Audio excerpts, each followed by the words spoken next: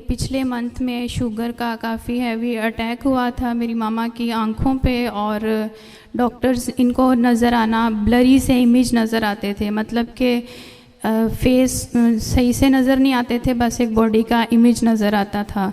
तो उसके बाद फिर हम इनको एक आई स्पेशलिस्ट के पास लेके गए। उन्होंने कहा कि आइज़ के जो पर्दे हैं वो काफ़ी ज़्यादा मुतासिर हैं, तो बड़े टेस्ट लिखे गए जो इलाइड हॉस्पिटल से होंगे। फिर हमने वो भी करवाए। फिर उन्होंने कहा कि वो मशीनरी हमारे पास नहीं है, इनका मसला ज़्यादा है, इनको मदीना टीचिंग में रेफ़र कर दिया गया। और फिर उससे पहले मदीना टीचिंग जाने से पहले परसब की एक इबादत थी चंचल वाला में, वो अटेंड की और मामा ने प्रेयर करवाई और खुदावंद ने रहम किया। जब हम उस मदीना टीचिंग में लेके गए और इनके टेस्ट हुए तो टेस्ट बिल्कुल नॉर्मल आए। आमीन।